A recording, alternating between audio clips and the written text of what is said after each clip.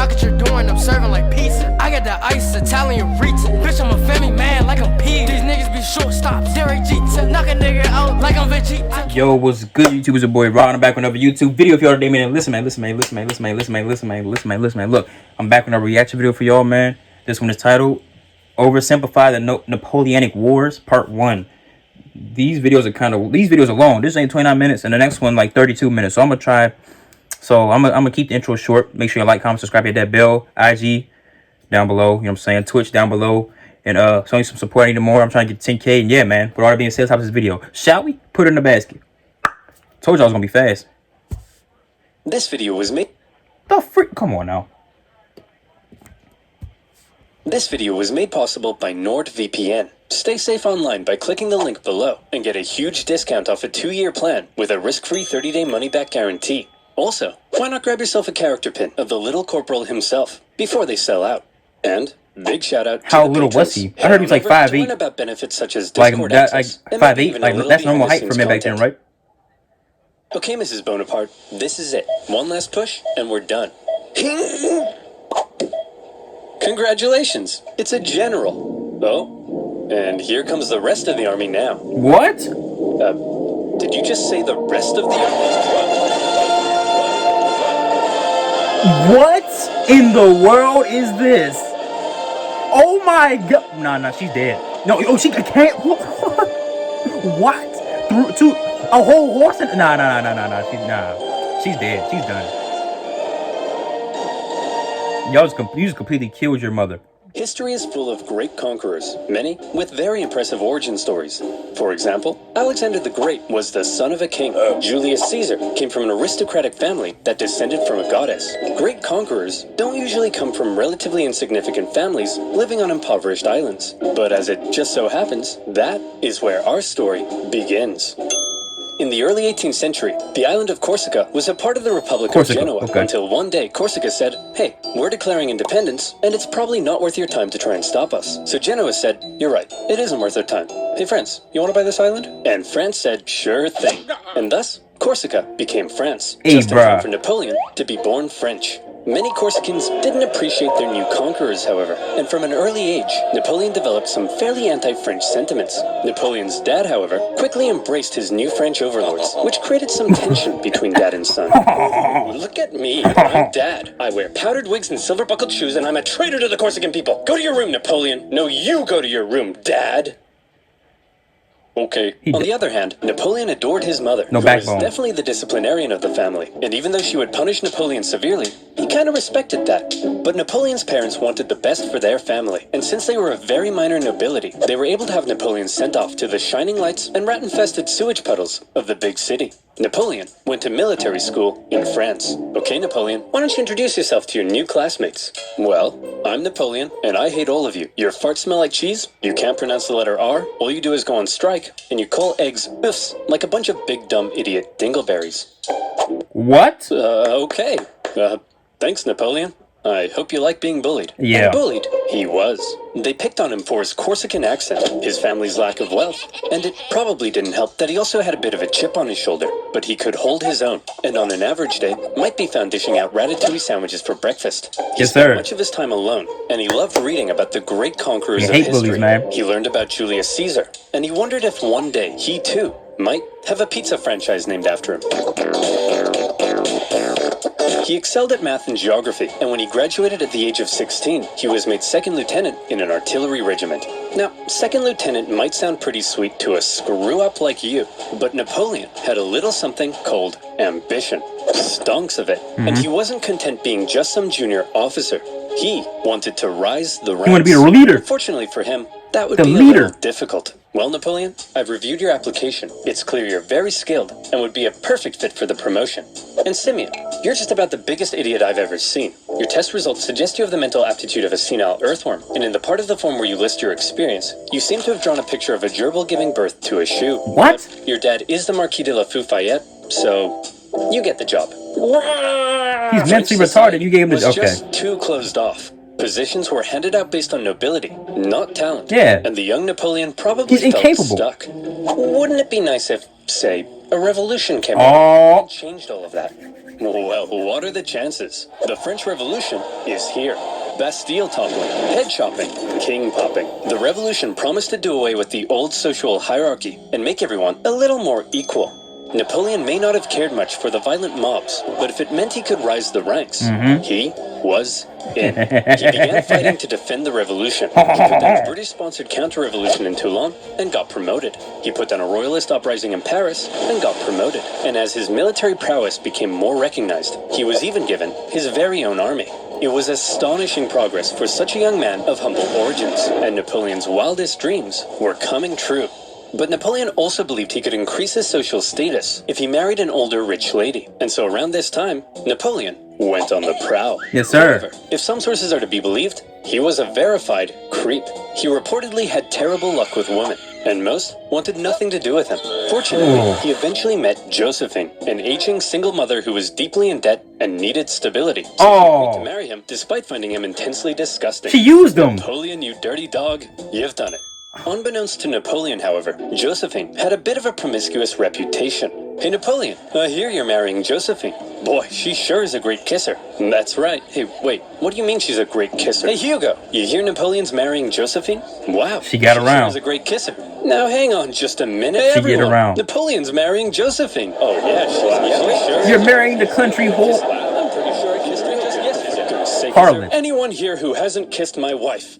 Yeah. You. You're marrying a harlot. Napoleon fell madly in love with his new wife. She fell madly in love with a man named Hippolyte. It wouldn't be long, however, before Of course, Napoleon she didn't would love leave him. home and go to war. She wanted his money. France was having its revolution. Tensions in Europe were rising. Hey, Austria, you'll never guess what we just did. What's that, France? I got 2 words for you. Revolution. We totally just socked it to our monarchy. What? Dude, the rest of us are monarchies. You've just totally threatened the balance of power in Europe. Now we have to worry about our stinky peasants rising up against us. I mean, holy hell, your queen is... Okay, France, this is pretty awkward, and the rest of Europe is probably itching to give you a wedgie. But you're not ready for a war yet, so you gotta be cool, man. It's absolutely crucial that you say something to defuse this situation right now. Preposterous! I declare war. Sacre bleu! I knew he was going to say something like that. Basically, the rest of Europe, and the War of the First Coalition began. At first, France struggled, but then they started to do surprisingly well, and in many conquered territories, they began to establish sister republics, exporting their revolutionary ideas across Europe. In 1796, they planned a 3-pronged attack to take Vienna and knock Austria out of the war, with 2 magnificent armies in the north to kick ass, and Napoleon in the south as a bit of a diversion. Yeah. For the first time, Napoleon would lead a military campaign. This was his chance to prove himself, to be somebody. And what a general he proved to be. Okay. The army he was Let's given go. was demoralized, lacking equipment, and underpaid. But Napoleon galvanized them with inspirational speeches, and he took them into Italy.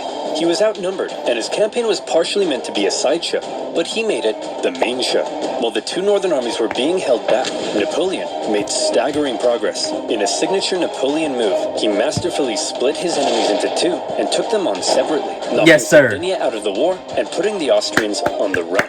At the Let's go. famous Battle Let's of go. Lodi, he was in the fray, aiming the cannons himself, getting covered in mud, and earning the total respect of his men. They respected him so much that when he ordered an almost suicidal assault on the only bridge in town, his men threw themselves at it and took it despite fierce Austrian resistance. For Napoleon, it was all he needed to confirm that he was the greatest human who had ever existed. Wow, Napoleon, you're pretty great at this military stuff. Just be careful your head doesn't get too big. What did you just say to me, you little prick? And as Napoleon swept through northern Italy, the Italians cheered his arrival. Yes, I'm here to liberate you from your cruel Austrian oppressors. And replace them with French ones. Napoleon plundered as he went, sending riches back to France to help its economy, but also paying his men the first real money they'd seen in years. The Pope had been supporting the Austrians, so Napoleon briefly went to go give him a slap. And as he began to approach Vienna, the exhausted Austrians were forced to make peace, with Napoleon overseeing negotiations himself. He had just single-handedly knocked Austria out of the war. And by the way, he was only 28. Yes, sir. It's about time you moved out of your dad's attic. In the Italian territories he had conquered, Napoleon established new French sister republics, even writing constitutions and organizing governments himself. Not something a general generally does. When he got back to France, he was hailed as a hero, and the extremely unpopular government were concerned he might get some power-hungry ideas, so they agreed he should go far away from France to Egypt, where he could maybe undermine British access to India. Napoleon was eager to win more glory, so he brought with him a team of scholars, and he was like, whoa, it's a freaky man-cat. Whoa, it's a big stick. Whoa, it's an ugly horse. Whoa, it's a stumpy little manlet. Hey, I'm actually average height for the time. I knew it. I knew it. I knew he was average height. British Admiral Nelson came down and wrecked his fleet, and an Anglo-Ottoman force defeated him at Acre, so Napoleon abandoned his men and went back to France.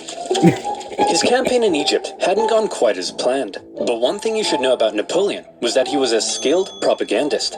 He published his own newspapers that sometimes exaggerated his achievements, and even commissioned paintings that generally made him look cool. So when he returned to Paris, he was yet again hailed as a hero, and he began to get some power-hungry ideas. First, however, he had a bit of a problem to deal with. See, he had learned something shocking about his dear wife. She's cheating. Really, Josephine? This guy? Yeah. I'm just as tall as him. Look at him. I'm sorry, I swear. Now that you're becoming famous, I'll never do it again. Make sure you don't. I've never stooped so low as to cheat on you. Now, if you'll excuse me, I'll be in this room consulting my generals for the next 30 minutes. And by consulting, I mean boinking. By my generals, I mean this woman. And by 30 minutes, I mean 2 seconds. Having dealt with his wife, Napoleon was then approached by a very influential politician. It's an alpha male strategy right there. He wanted to stage a coup against the deeply unpopular government and needed the extremely popular Napoleon's help. And Napoleon thought that was just the darn tootinest idea. The plan was to trap the government and convince them to voluntarily give up their power. And here's how they did it. Hey guys, oh my gosh, quick! There's a dangerous Jacobin plot to overthrow you, which we definitely aren't just making up. Better get inside this cage so we can protect you. Okay. No way, no way, no way. No Gentlemen, we got him. What? In this case, the cage was an isolated palace outside of Paris, with no one around but Napoleon and his army. With the government inside, Napoleon then entered, and a pretty chaotic event ensued, during which the government didn't seem entirely sure what was going on, Napoleon's men didn't seem entirely sure what was going on, and Napoleon himself didn't seem entirely sure what was going on. But thankfully, Napoleon's brother Lucien, president of the lower house, managed to regain control, and the remaining councilmen were intimidated into creating a new constitution. And thus, a new government was formed, this time with 3 consuls in charge. But after Napoleon did some rewriting, in the end, there was really only one man in charge, the first consul, him. And over the next few years, he worked to consolidate even more power, and essentially became a dictator in total control of France. And by the way, he was only 30. So maybe it's about time you washed your disgusting bedsheets. France was now ruled by possibly the greatest military leader of the time. That's crazy. Possibly the greatest? Or definitely? Well, now is his chance to prove it. See, back when Napoleon was still in Egypt, being Indiana Jones. Back home, France was in France, being France. They had conquered even more territory, and they were like, hey Piedmont, you get revolutionary ideals. Hey Switzerland, you get revolutionary ideals. And Rome, you get revolutionary ideals. Everybody gets revolutionary oh, hey guys, nice sledgehammers. And Naples, very cool nail gun. You guys here to get some revolutionary ideas? As France was still spreading the revolution, and with Napoleon busy in Egypt, the European powers felt the time was right for round 2, and the war of the Second Coalition began. And this time, their big bad boy buddy Russia was here to bang some French boys back to Bordeaux. And bang them, they did. France got blasted. But then Russia pulled out after stalling in Switzerland, and now that Napoleon was in charge of the country, he was ready to start blasting right back. He took command of the Army of the Reserve, and he brought the fight to the Austrians. Now, there are many traits that made Napoleon a great military leader. Why does Russia always pull out? One of them, how he was one of the boys and commanded the total Stay in Russia? of his men. But now we see a second reason, the element of surprise. In 1800, Napoleon moved to Geneva, and it looked like he was probably going to take on the Austrian forces in Germany. There's no way he'd be crazy enough to move his entire army south through the Alps as a surprise attack on the Austrians besieging Genoa. Oh, Napoleon's moving his entire army south through the Alps as a surprise attack on the Austrians besieging Genoa. Napoleon's crossing of the Alps is legendary, and you may have seen one of the most famous paintings of the general popping a sick wheelie on his majestic stallion surrounded by dangerous mountain terrain. Of course, in real life, he made the crossing on a depressed mule. But that's not as cool. When he emerged in Italy, the Austrians expected him to come break their siege, but Napoleon went for their supply line near Milan, forcing the Austrians to meet Napoleon head-on at the famous Battle of Marengo. The Austrians initially clobbered the outnumbered French, and they were like, hooray, we won. But then a few hours later, Napoleon showed up again with an even bigger army, and he clobbered them right back. Holy cow, this tiny little fun-sized French guy is running rings around us. Hey! I'm average height for the time, you jerk! Then, after General Moreau's victory at Hohenlinden, Vienna was exposed, and the Austrians again sued for peace. Just like the War of the First Coalition, the Second Coalition ended in another French victory. But in many ways, they both felt more like Napoleon victories. Only the UK remained at war with Napoleon, and they were using their powerful navy to blockade French ports and were even seizing the cargoes of neutral ships. Obviously, everyone else got pretty pissed off that the British were interfering with their trade, so in response, they formed a league, and they embargoed the UK right back. Neutral countries protecting their own interests? That's offensive. So Britain went to Copenhagen and blew a bunch of stuff up, and the league disbanded. But because the UK's economy was pretty bust, they decided to sign a treaty with France in 1802. For the first time in a long time, Europe was at peace. Congratulations, sire. You've achieved peace. Yes, Pierre, but not for long. I still don't trust those dirty Brits. Did you hear they've been calling me the Bony Man? What does that even mean? Keep an eye on them, would you? I can't, sire. Why not? Because they use NordVPN. Holy sh... Alright. How would you like to spend 12 hours a day on your favorite website ever without the fear of your data being stolen? Then you need NordVPN. NordVPN has thousands of secure servers in 59 countries, allowing you to safely surf the net at the fastest possible speed, crossing the Alps, defeating the Austrians, and Europe at peace. What a meteoric rise it had been for the young Corsican. He had just taken charge of a nation that appeared to be losing a war and turned it all around, securing French gains in Europe. But there was now a big question. You see, throughout the chaotic French Revolution, French governments had struggled to keep the economy afloat. They often didn't have a whole lot of support, and they frequently came and went. Would Napoleon finally be the man who could stick around? Military victories were one thing, but could the general also govern? Spoiler alert. Yes. Yes. Yes. The economy's crumbling? Well, then why don't you have yourself a new national bank, currency reform, and improved taxation and welfare systems? The legal system is an incoherent mess? Well, then why don't we nicely wrap all those civil laws up into one new centralized legal code? Corrupt government officials? Throw them in the trash. Bad infrastructure? Throw it in the trash. Women's rights? Throw them in the trash. Really? Well, yeah, unfortunately, while Napoleon was building on the equality of the revolution, he also largely scaled back rights for certain groups, and husbands had full legal control over their wives. Yes, sir! Come on, ladies. Maybe let men have a slice of the pie for once. Okay. Napoleon further reformed education, ensuring a system based on individual ability, meaning now Simeon had to compete with everyone else, and Napoleon could get the cream of the crop to help him run the republic. But he wasn't just building on the ideas of the revolution. The revolution had led to a lot of chaos, and Napoleon needed stability. So he rolled back a couple things, most notably with religion. The revolution had pretty much kicked the Catholic Church to the curb, but Napoleon understood that since many French citizens still considered themselves Catholic, that could be a problem. So he came to an agreement with the Pope and brought back the Church, only this time with some pretty hefty power limitations. He also ensured freedom for other religions, and is often noted for his positive treatment of Jewish people at a time of widespread anti-Semitism. But while all of this may make Napoleon sound like a pretty stand-up dude, it's good to note that he believed in religious freedom because he thought it was a powerful tool to keep the poor from eating the rich. Or something like that. Overall, Napoleon's aim was to end the chaos of the revolution and finally create a stable and prospering French republic. Smart man. He seemed to be largely successful and generally popular with the people of France. He officially declared that the revolution is over, adding, "I am the revolution." Napoleon's head could be seen for miles. Of course, not everyone was happy with Napoleon's reforms. Conservatives felt he was too radical. Radicals felt he was too conservative. But since Napoleon was a dictator, he didn't care. Opposition could usually be stamped out with some good old-fashioned iron fisting. It don't matter. In 1804, Napoleon took one last major step. After some failed attempts were made to assassinate him, he wanted to strengthen his position and ensure his dynasty could live on after him. And so he decided being first consul for life simply wasn't quite enough. He decided he should become emperor. He held a vote, asking the French people if they were cool with the idea, and they returned a definitely not rigged 99.9% in favor. Yes, rigged. The balls on this man. And so on the 2nd of December, 1804, in an elaborate ceremony at Notre Dame, Napoleon was made emperor. The Pope was even invited to attend, and normally he would crown an emperor. But to make sure everyone knew this wasn't some Charlemagne-style circular power division, Napoleon lifted the crown and placed it on his own head. Like I said, the ball's on this man. He was now Emperor of the French. Well, Napoleon, you were a general, then you became first consul for life, and now you're an emperor. Is it enough yet? Is your ambition finally satisfied? No, it's not. I don't know, Pierre. What comes after emperor? I would say God, sire.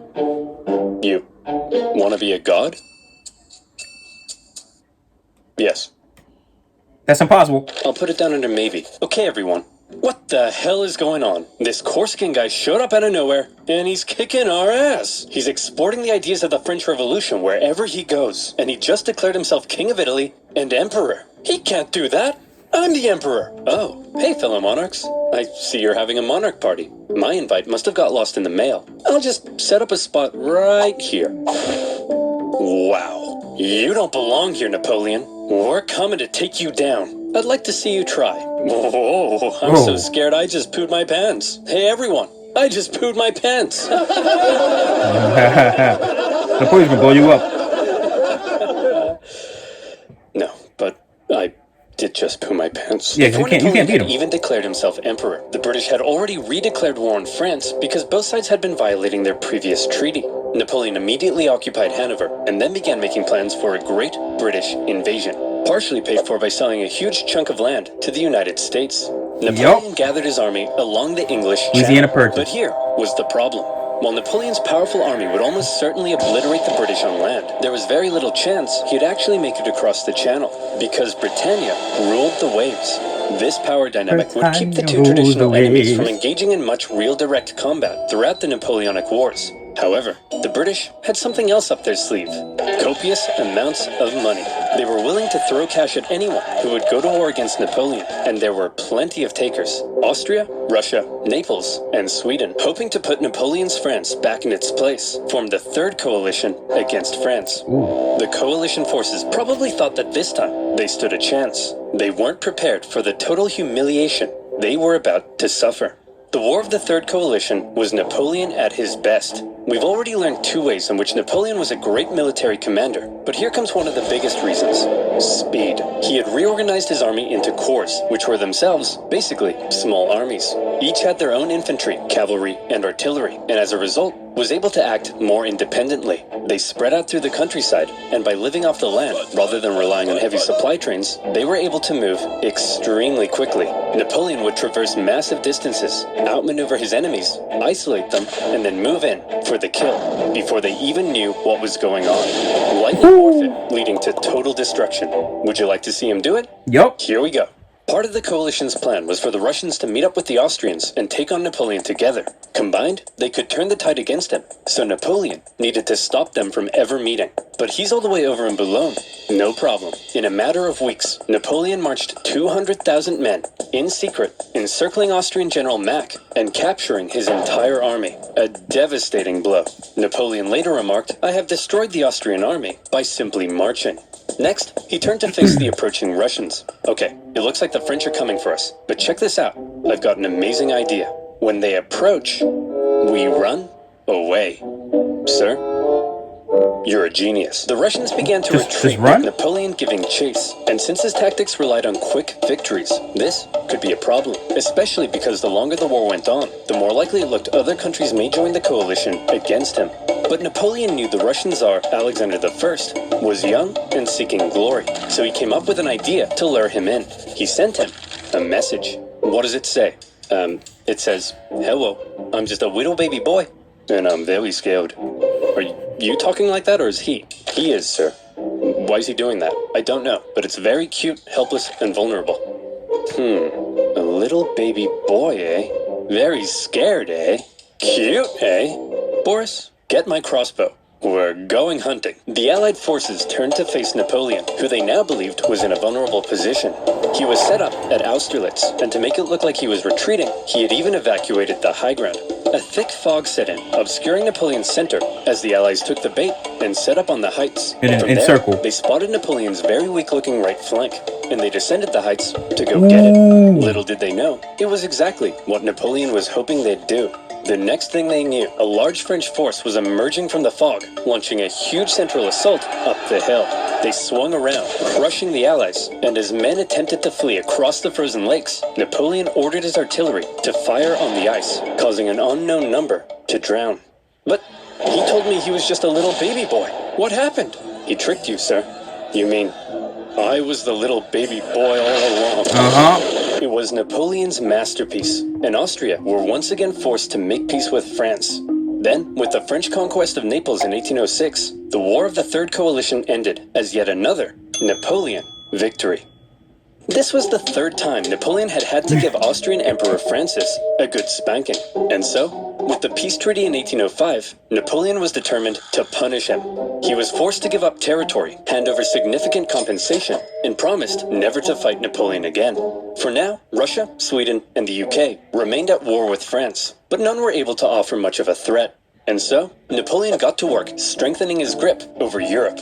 He gave out rule of captured territories to his family and friends, and most notably, he established a new confederation in Germany, with himself as its protector. Seeing his influence in Germany being wiped away, Emperor Francis acknowledged reality and officially dissolved the Holy Roman Empire, an entity that had existed for over 1,000 years. But it wasn't all good news for Napoleon. For one thing, Spain had earlier allied with France in 1804 because the British just couldn't help themselves from blowing up Spanish ships, and Napoleon hoped a combined French-Spanish fleet would eventually be able to invade England. Unfortunately, he received word that British Admiral Nelson had engaged his fleet at Trafalgar. Normally, naval battles looked like this, but in this case, Nelson did this. Was it because he was an idiot? No. It's because he was a genius. He successfully punched through the Franco-Spanish line and unleashed hell. His victory ensured British control of the sea, and his death during the battle made him a legend. Napoleon's hopes for a future British invasion were gone. But not just that. Napoleon was also hoping to secure peace on the continent, but that wasn't looking likely because the Prussian king was under pressure from his wife. Frederick, he's established a confederation in our turf, and he told us he'd give us Hanover, but then offered it to the British. You have to declare war on him. Know your place, woman. What is it with you and war? What is it with you and being a cupcake? Go to war! Okay. In October 1806, Prussia, with its famed military tradition, joined the coalition and declared war, beginning the War of the Fourth Coalition. Unfortunately, Prussian King Frederick William III wasn't the smartest tool in the shed. Look at him over there, being all French. Makes me sick. Boys, we'll get him this time. But here's the thing. This time, we have to stick together. Do not under any circumstances face Napoleon by yourself. You all saw what happened to Austria. Hey, where'd Fred go? Hey, you jerk. Think you're some kind of big shot? Huh? Want to tango with Fred? You don't got the cojones. We're screwed. Without consulting its allies, Prussia had gone ahead and sent Napoleon an ultimatum demanding he move all his forces out of Germany. Now, some of you watching this video probably can't even wipe your own bum yet, but even you know, you don't just send Napoleon an ultimatum. Obviously, Napoleon went in for the kill. Prussia's army was quite outdated, so when they met Napoleon at the twin battles of Jena and Auerstedt, it wasn't even close. Even Marshal Davout's heavily outnumbered corps at Auerstedt sent the Prussians running, and Napoleon carried out a ruthless pursuit of his fleeing enemy, taking Berlin and within a single month decimating the Prussian forces. Frederick William and the remnants of his army moved to the east. At this point, Napoleon's forces were pretty tired. Winter had come, and conditions were miserable. He anticipated both sides would settle into winter quarters, but Russia decided to try their hand at an unexpected winter attack. A series of brutal battles followed that took a heavy toll on both sides, including the vicious Battle of Eylau, fought in blizzard conditions. Good Lord. Men froze to death, and many deserted. The Russian artillery tore the French to shreds, and Napoleon himself was momentarily under risk of being captured. In the end, the French army was saved thanks to a legendary cavalry charge by Napoleon's flamboyant cavalry commander, Murat. After the horror inflicted on both sides, they decided it might be a good idea not to do any more fighting until after winter. Then, after winter came, and the fighting continued.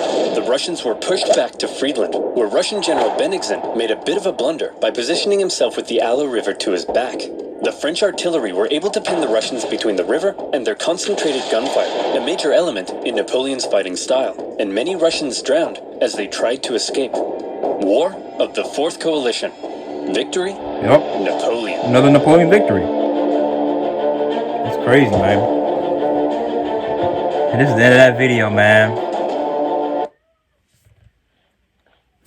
Man, this is crazy.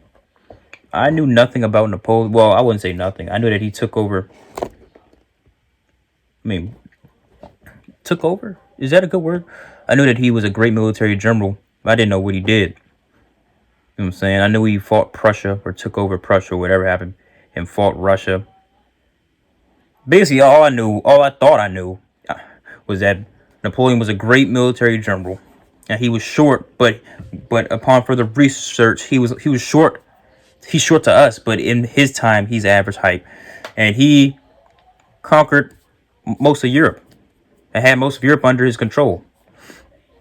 Hey, that's pretty darn good, you know what I'm saying? That's pretty darn good for a vertically challenged fella, you know what I'm saying?